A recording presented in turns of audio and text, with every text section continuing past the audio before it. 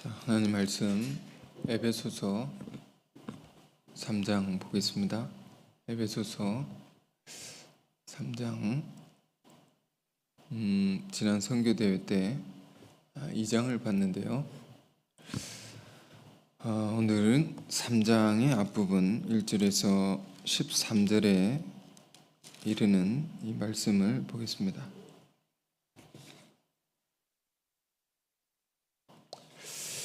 1절부터 하나하나 보겠습니다. 이러므로 그리스도 예수의 일로 너희 이방인을 위하여 갇힌 자 된 나 바울이 말하거니와, 이렇게 되어 있죠. 개역 한글 성경에는 조금 다르게 기록이 되어 있습니다. 이러함으로 그리스도 예수의 일로 너희 이방을 위하여 갇힌 자 된 나 바울은, 그러면서 점점점 이렇게 되어 있습니다. 이 편지에 이제 점점점 되어 있는 부분이 성경에도 그렇게 그대로 남아져 있는데, 이것은 뭘 의미할까요? 이 편지를 써내려가다가 바울이 이제 울컥한 것입니다. 왜냐하면 지금 이 에베소서도 옥중 서신 중에 하나인데요, 감옥에서 이제 편지를 쓰고 있는 것입니다. 근데 바울이 왜 감옥에 갇히게 되었는가? 예수님의 복음을 이방에 전하다가 갇히게 된 것이죠. 사도행전 16장을 보면 그 상황을 우리가 조금 더 자세히 알 수가 있는데요. 복음을 전하다 붙잡혀서 감옥에 가게 되는데 옷도 찢기고 매도 맞고 발에 착고도 채워져서 정말 절망할 수밖에 없는 상황에 바울이 처하게 됩니다. 그런데 그런 가운데에서도 하나님을 찬미하면서 하나님의 은혜를 입어 기적으로 풀려나게 되죠. 이 땅에, 그 감옥이 있는 땅이 지진이 일어나고 갇힌 것들이 다 풀려나게 돼서 그런 기적의 사건을 우리가 사도행전 16장에 우리가 볼 수가 있는데, 그와 같은 많은 환난과 역경을 경험하면서 지금 갇힌 중에서 이 편지를 쓰는 것이죠. 만감이 교차하고 많은 것들이 그에게 지나갔을 것입니다. 근데 놀랍게도 바울은 그런 자기의 어려움, 고생하는 것 하나도 여기서는 적어놓지 않았습니다. 대신 뭘 적어놨을까요? 이 바울 안에 있는 근심이 있습니다. 그것은 지금 에베소 교회를 향한 것인데요, 자신의 갇혀있는 이 절망적인 상황보다 에베소에 있는 교회 믿는 자들이 신앙이 연약하여 넘어질까, 그것이 걱정이 되는 것입니다. 그래서 그들에게 유익한 말씀을 에베소서 쭉 읽어보면 기록해 놓고 있는데요,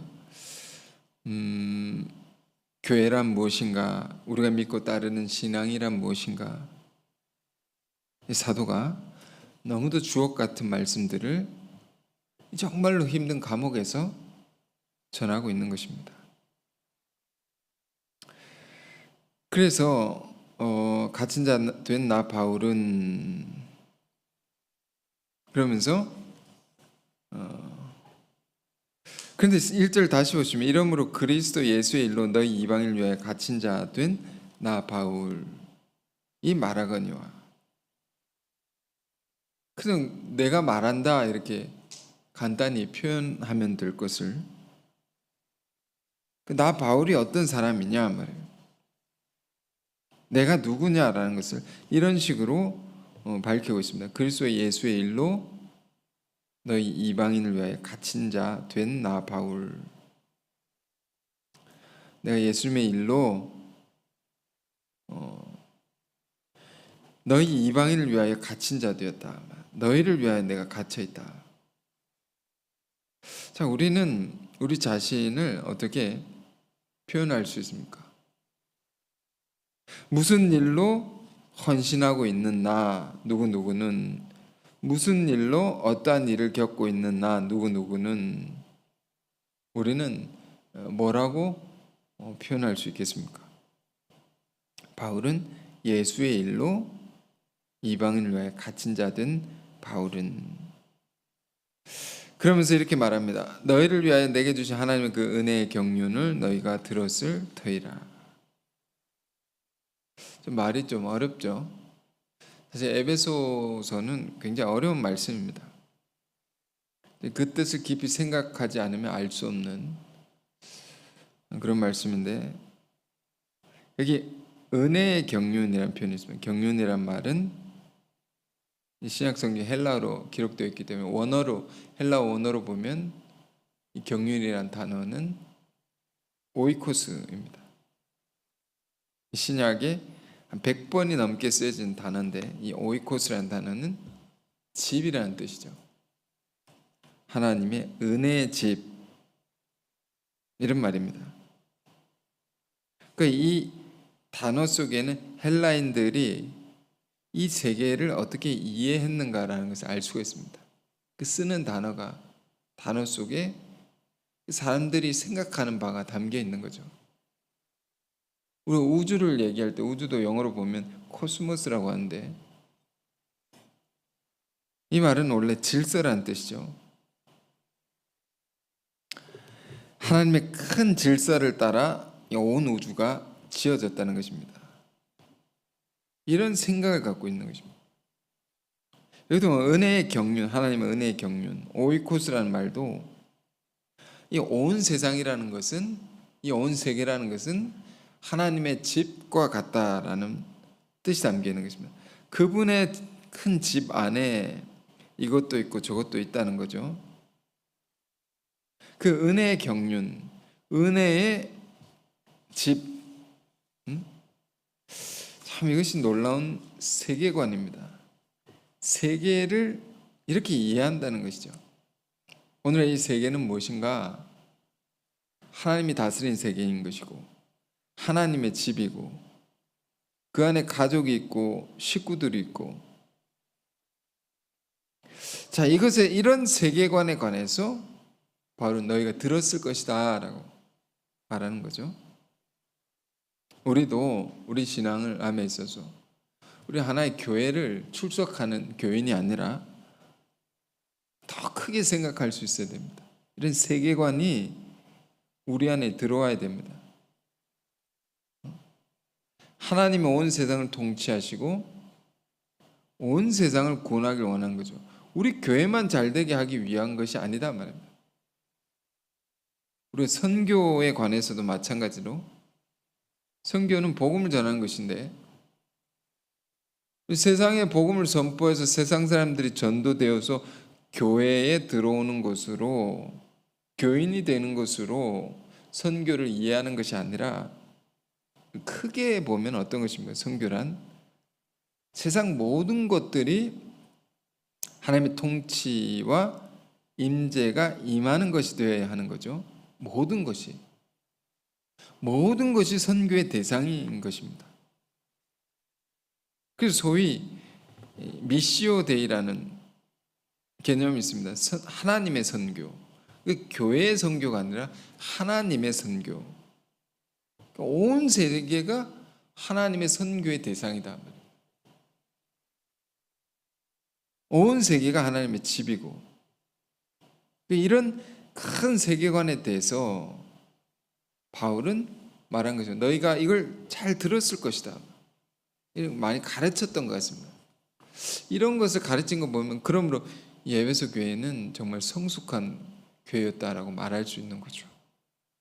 이런 것을 이해할 수준이 됐단 말입니다. 그러면서 말합니다. 3절 4절 곧 계시로 내게 비밀을 알게 하신 것은 내가 먼저 간단히 기록함과 같으니 그것을 읽으면 내가 그리스도의 비밀을 깨달은 것을 너희가 알 수 있으리라. 3절에 보니까 계시로 나에게 비밀을 알게 하셨다. 계시라는 단어부터 우리가 주목해야 되는데요. 계시라는 것은 여러분 말씀드렸지만 하나님께서 자신을 열어 보여주신다. 계자가 열다 할 때 계자입니다. 신은 보여준다는, 그 열어서 보여주는 거죠. 하나님께서 자신을 열어서 보여주는 것, 이게 계신 것입니다. 그러니까 그렇게 하나님이 스스로를 알려주시고 열어 보여주셔서 알게 된 것, 이게 매우 특별한 것이죠. 세상의 어떤 책을 통해서 알 수 없는 것이고 인간의 경험을 통해서 알 수 없는 것입니다. 우리가 살면서도 뭔가를 꼼꼼히 몰두하고 어떤 하나님께 대하여 소원을 갖고 살 때, 그걸 기도하는 마음으로 살아갈 때 문득문득 생각나게 하시는 것들이 있습니다. 사람이든 어떤 사건이든 갑자기 깨달아지는 그런 순간들이 있을 것입니다. 이런 것이 하나님이 우리에게 열어 보여주시는 계시와 같은 거죠. 하나님 늘 우리에게 보여주십니다. 늘 보여주십니다. 우리가 깨어있으면 이것을 다 볼 수가 있는 것인데요. 바울은 이 땅에 누구로부터도 들을 수 없고 볼 수도 없는 하나님의 비밀을 계시로 나에게 알게 해주셨다는 거죠. 우리가 옥중서신을 보면, 이 옥중서신 감옥에서 쓴 편지죠. 여러 개가 있는데 에베소서도 그 중에 하나죠. 거기 보면 유난히 반복되는 단어가 있습니다. 비밀이라는 단어예요. 비밀. 에베소서 그렇고 골로새서도 그렇고 비밀이라는 단어가 많이 나옵니다. 근데 이 비밀은 다 아는 게 아니죠. 일부만 아는 거죠. 그러니까 여기서 말하는 비밀은 세상은 알지 못하는 것을 믿는 자들이 알고 있는 것을 말하는 것입니다. 사도행전 28장에 보면 바울은 막 복음을 유대인들에게 전하는데 유대인들이 못 깨닫고 받아들이지 않는 그런 현상에 대해서 이렇게 말했습니다. 이사야 예언을 가지고 들어가지고 이사야 예언이 맞도다. 눈이 있어도 보지 못하고 귀가 있어도 듣지 못하는 것, 이 예언이 맞도다.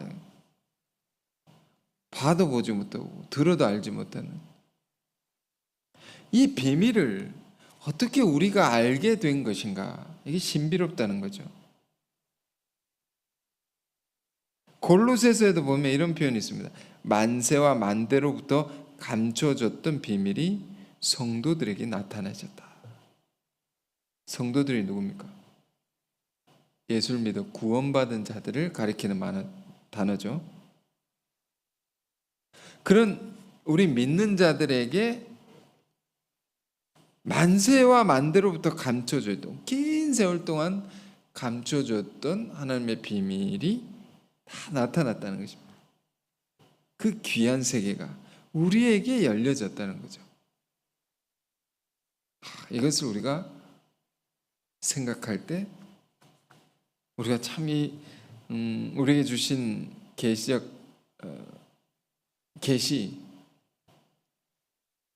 우리에게만 열어주신 귀한 세계를 알고 감사할 수 있는 자가 되기를 바랍니다. 그래서 바울은 에베소 교우들에게 말하는 것입니다.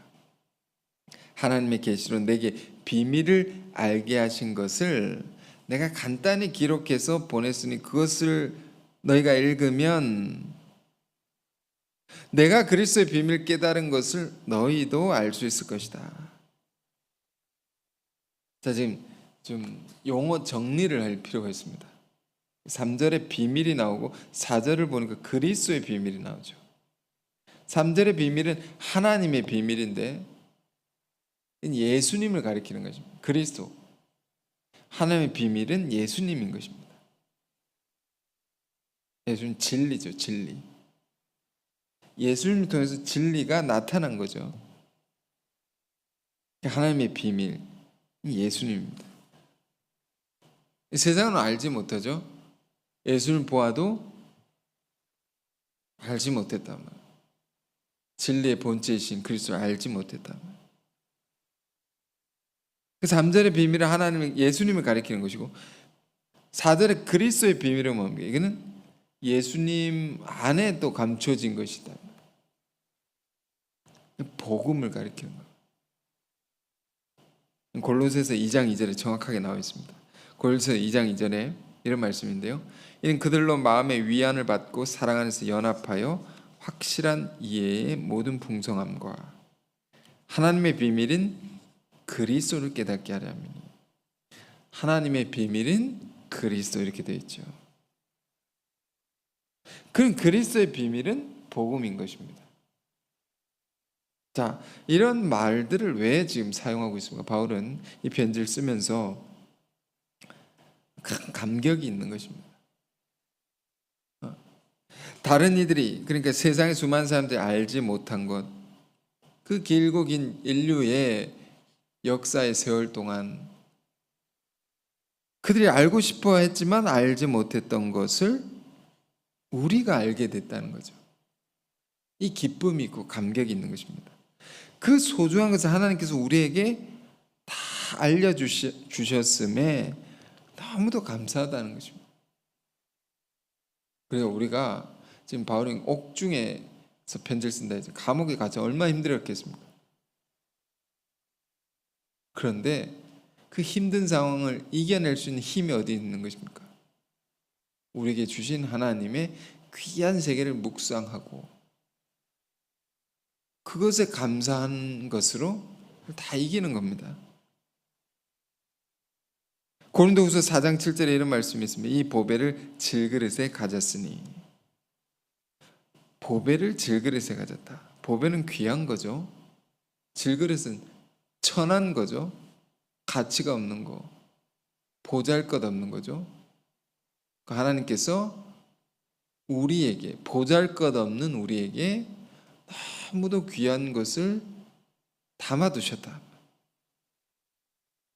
바울 안에 이 감격이 늘 있는 것입니다. 이 감사가 늘 있는 것입니다. 이 감사로 모든 걸 이기는 거죠. 옥중에서도 기뻐하며 감격하며.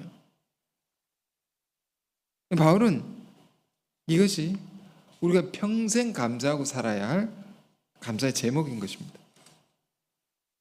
자, 우리가 이런 말씀들을 보면서 우리가 옥중에 있다고 생각해 보십시오. 우리도 갇혀 있고 우리도 열악한 환경 속에, 상황 속에 처할 수가 있습니다. 요즘에도 이런저런 어려움이 개개인의 삶 속에 있을 것입니다. 그래서 우리는 어려움이 오면 힘들어하면서 불평하고 불만을 가지고 살 수도 있습니다. 그러나 바울은 그렇게 살지 않았다. 그렇게 살지 않을 수 있는 비결을 우리에게 또 가르치는 것입니다. 갇혀있는 상황과 무관하게 충분히 우리가 기뻐할 수 있는 이유, 감사할 수 있는 것이 우리 안에 풍성하게 있다. 자, 이것을 바라보라는 거죠. 그래서 5절 보겠습니다. 이제 그의 거룩한 사도들과 선지자들에게 성령으로 나타내신 것 같이 성령으로 나타내셨다. 우리 진리를 깨닫는 데 있어서 성령을 통해서 깨닫는 거죠. 하나님의 귀한 세계를 우리가 알 수 있는 것은 성령을 통해서 알 수 있는 것입니다. 그런데 같이 다른 세대에서는 사람의 아들들에게 알리지 아니하셨으니, 그러니까 다른 세대 사람들 누굽니까? 이건 예수님 오시기 전에 구약 시대의 사람들 말한 것입니다. 구약 오시기 전까지의 그 길고 긴 시대에 살았던 사람들은 아무도 알고 싶지만 알 수 없었던, 그저 갈망하고 소원하고만 살아야 했던 그것을 하나님의 놀라운 구원의 계획을 따라서 우리 세대 가운데, 우리가 누굽니까? 에베소 2장에 말했습니다. 죄와 허물로 죽었던 우리입니다. 본질상 진노의 자식인 우리입니다. 그런 우리에게 이 너무도 귀한 세계를 드러내 주셨다. 그 진리를 우리가 알게 되고 보게 되었다. 6절입니다. 이는 이방인들이 복음으로 말미암아 그리스도 안에, 예수 안에서 함께 상속자가 되고 함께 지체가 되고 함께 약속에 참여한 자가 됨이라. 자, 여기 이방인들은 누구를 염두에 두고 하는 말입니까? 모든 이방인들이라고 할 수 있지만 이제 에베소 교회가 이방인의 교회죠. 그들을 염두에 두고 이런 말을 하는 것입니다. 너희가 어떤 하나님의 복을 받은 사람들이냐, 그걸 지금 가르쳐주고 있는 거죠. 복음으로 말미암아, 다시 말해 그 깊은 진리로 말미암아 그리스도 예수 안에서 함께 상속자가 되고 함께 지체가 되고 함께 약속에 참여한 자가 된 것이다. 이게 너무도 큰 복이라는 거죠.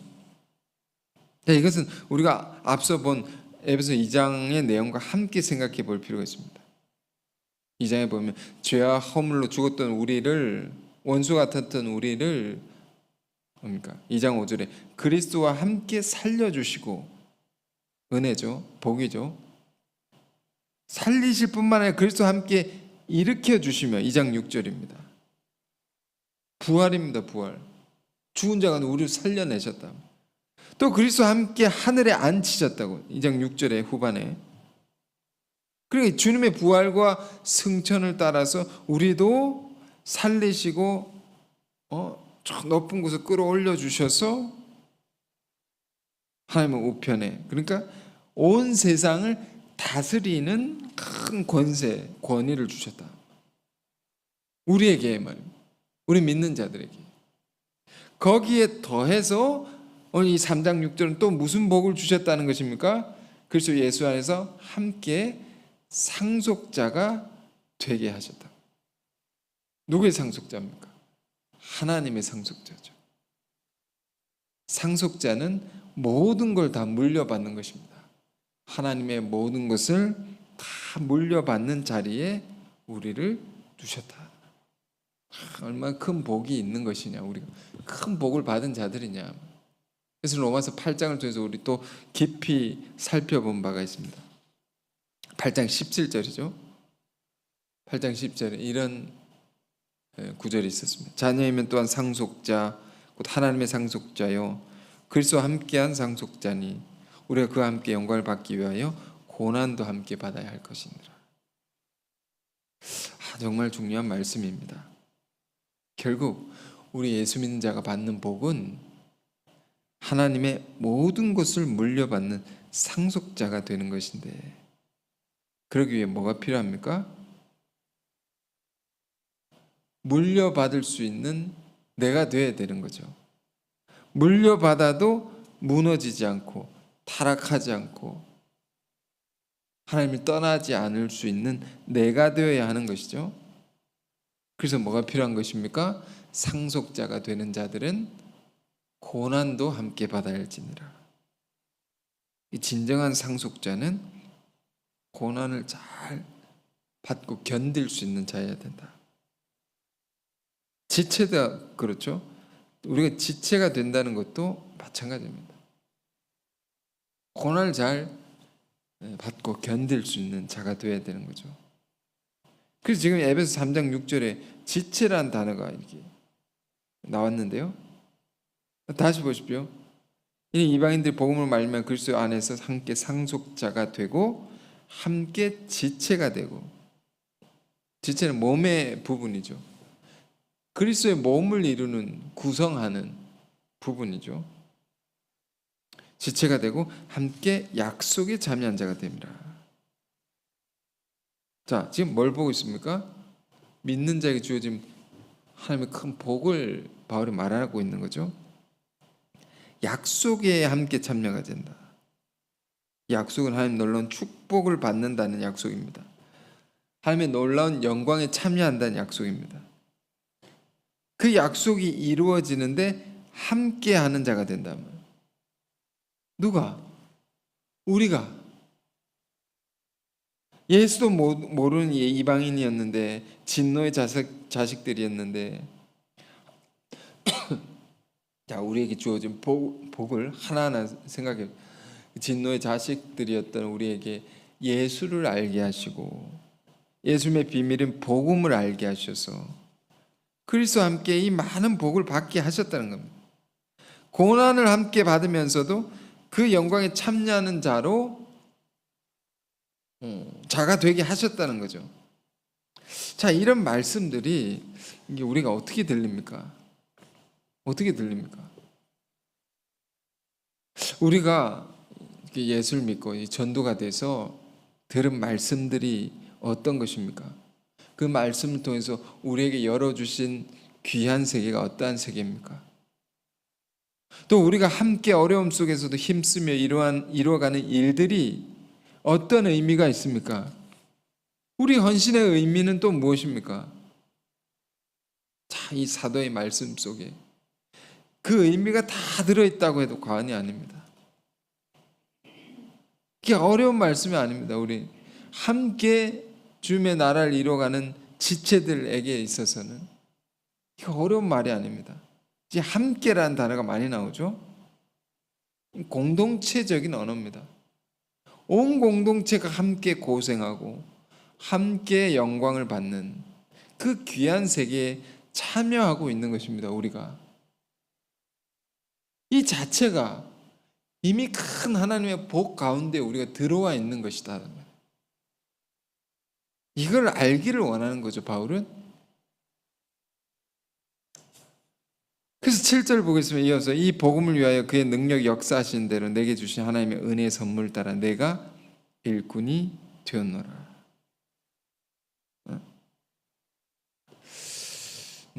복음을 위해서 하나님의 은혜의 선물을 따라 내가 일꾼이 되었다. 자, 이건 에베소 4장을 염두에 두고 하는 말인데요. 선물이라고 했습니다. 하나님의 선물. 4장이 뭐가 나오냐면 교회론에 관해서 나옵니다. 교회는 어떤 것입니까? 그리스도를 머리로 하는 그리스도의 몸된 교회라고 하죠. 교회는 그리스도의 몸과 같습니다. 몸에는 손도 있고 다리도 있고 여러 가지 이렇게 이게 지체들이죠. 멤버라는 말은 몸의 한 부분이란 말입니다. 몸을 이루는. 그러니까 하나님도 한 분이시오, 주님도 한 분이시오, 성령도 한 분이신데 우리 지체들에게 각 사람에게 뭘 나눠주셨습니까? 은사를 나눠줍니다. 은사. 영어로도 gift라고 되어 있습니다. 선물이라는 뜻입니다. 선물로 받은 은사로 내가 복음을 위해 일꾼이 되어 헌신하고 있다는 거예요. 이런 말을 바울이 하고 있는 것입니다. 일꾼이란 단어는 디아코노스인데 바울은 사도죠. 근데 내가 집사가 되었노라 이렇게 말합니다. 복음을 위해서 내가 무엇이든 섬길 수 있다 이런 말입니다. 선물로 받은 은사로 뭐든지 섬길 수 있다. 8절 모든 성도들 중에 지극히 작은 자보다 더 작은 나에게 이 은혜를 주신 것은 측량할 수 없는 그리스도의 풍성함을 이방인에게 전하게 하시고 지극히 작은 자보다 더 작은 나라고 이렇게 자기를 표현합니다.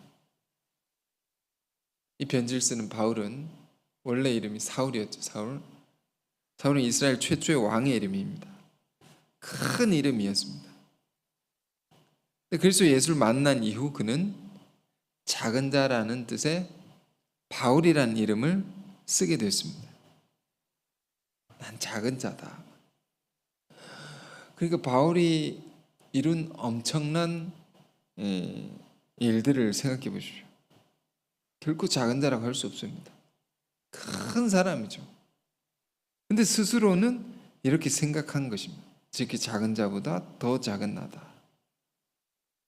바울 안에 있는 귀한 세계입니다. 아무리 놀라운 일을, 큰 역사를 이루었다 할지라도 스스로 교만하지 않고 겸손한 것입니다. 자기가 이룬 일을 대단한 일이라 대단한 것을 내가 이루었다 하지 아니하고, 나는 이렇게 연약하고 비천한 자다. 죄인 중에 괴수, 죄인 중에 죄인이다.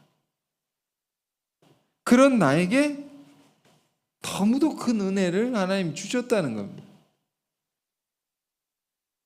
그 큰 은혜를 왜 나 같은 자에게 주셨는가?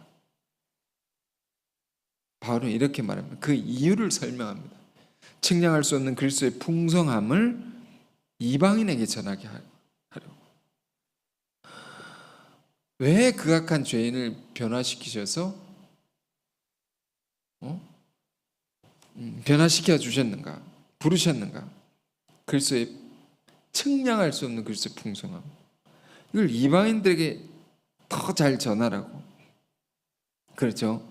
큰 은혜를 받은 자는 그 은혜를 더 잘 전할 수 있겠죠. 많이 사함을 받은 자가 많이 사랑할 수 있다는 그 말씀처럼 이것이 그리스도교 안에 있는 위대함입니다. 그러면서 9절에 이렇게 말하면 영원부터 만물을 창조하신 하나님 속에 감추어졌던 비밀의 경륜이 어떠한 것을 드러내게 하려 하심이라. 이것도 좀 어려운 말인데, 근데 8절에 이어지는 말씀입니다. 왜 나 같은 자에게 큰 은혜를 주셨냐? 나 같은 죄인을 살려주시고 부르시고 세우셔서 하나님의 비밀을 다 드러내시고, 왜? 그 은혜를 왜 주셨나? 이걸 너에게 드러난 것을 더 많은 사람에게 드러내라고, 이 엄청난 비밀을 많은 사람에게 알려주라고 나에게 은혜를 주셨다는 거예요. 이 안에 사도의 삶의 목적이 있습니다. 헌신의 이유가 있습니다. 우리는 왜 일을 합니까? 우리는 무엇을 위해서 일을 합니까? 우리 삶의 의미, 헌신의 의미는 무엇입니까? 이 바울과 같이 잘 깨닫고 살아가길 원합니다. 이러려고 나에게 은혜를 주셨다. 이는 이제 교회로 말미암아 하늘에 있는 통치자들과 권세들에게 하나님의 각종 지혜를 알게 하려 하심이니. 자, 이건 여기 하늘에 있는 통치자들과 권세들.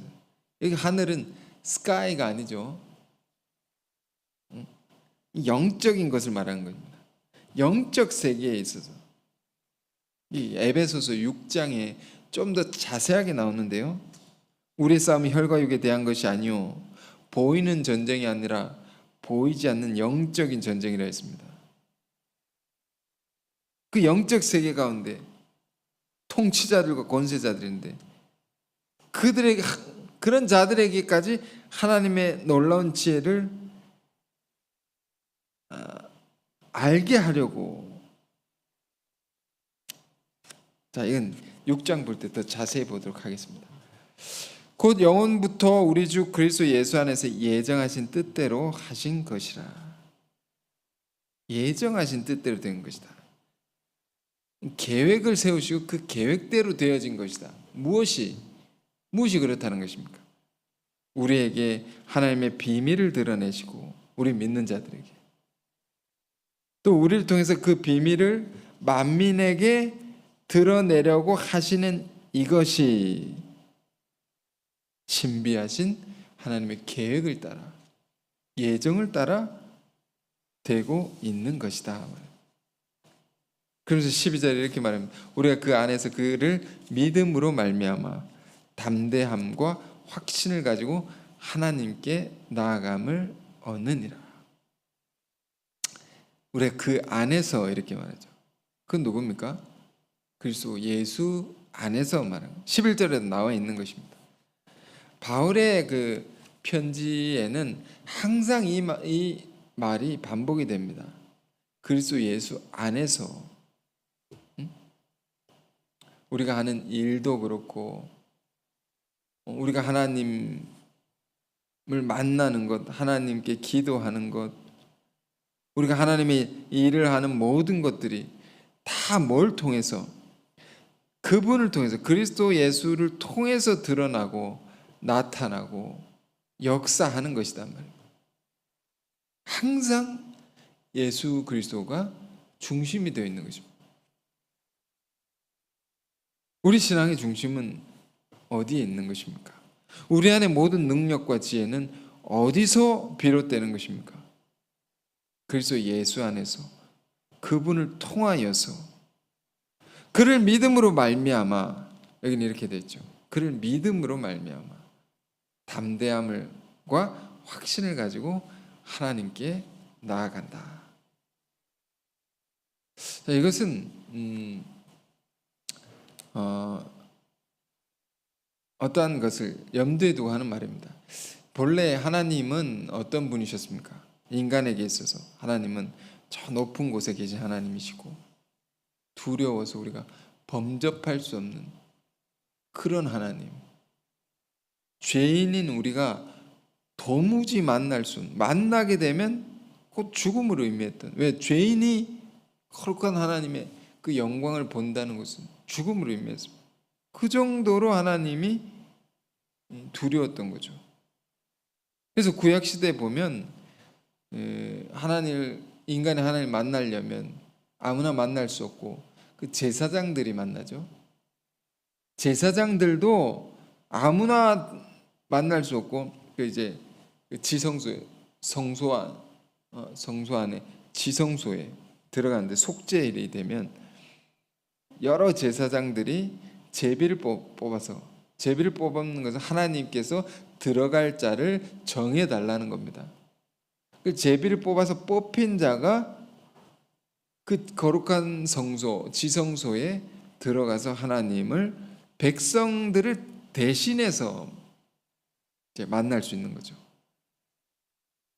그 뽑히지 않은 자가, 제비에 뽑히지 않은 자가 들어가면 죽는 것입니다. 그 정도로 인간이 하나님께 나아간다는 것이 어려운 것이고 무서운 것이었다. 그런데 바울은 이렇게 말해요.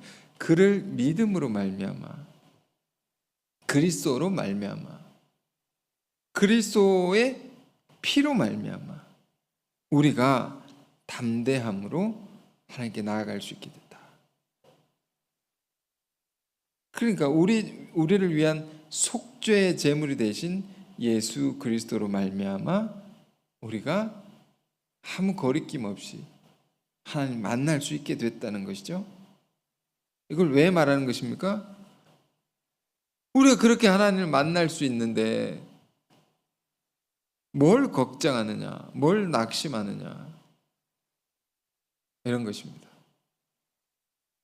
그 하나님을 언제든지 만나고 그 하나님께 구하면 우리의 기도를 언제든지 들어주시고 우리의 형편을 그분이 너무도 잘 아시고 은혜를 베푸시는 하나님을 우리가 언제든지 만날 수 있는데 뭘 걱정하느냐, 뭘 낙심하느냐. 이 편지는 위로의 편지입니다. 이 편지를 받는 사람들, 에베소 교우들에게는 어떠한 큰 걱정이 있습니다. 무슨 걱정일까요? 지금 사도 바울이 갇혀 있지 않습니까? 이 교회 공동체의 최고의 리더인데 모든 성도들의 영적인 기둥, 정신적인 기둥이요 가장 존경하는 리더십 사도가 너무도 큰 어려움에 처한 것입니다. 그러니 지체들 걱정이 안 될 수가 없는 거죠. 사랑하는 지체들이 어떤 면으로는 낙심이 될 수 있습니다. 왜?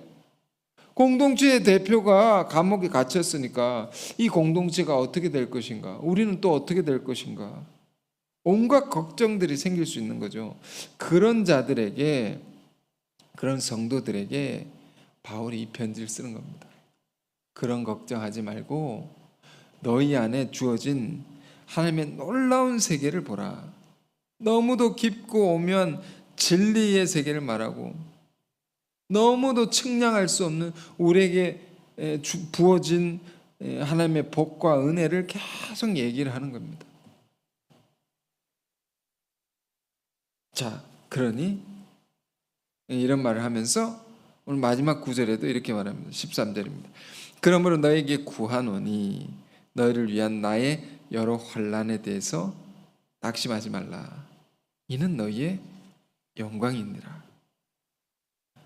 내가 너희를 위해 받는 여러 가지 어려움들 있는데 걱정하지 말라. 낙심하지 말라.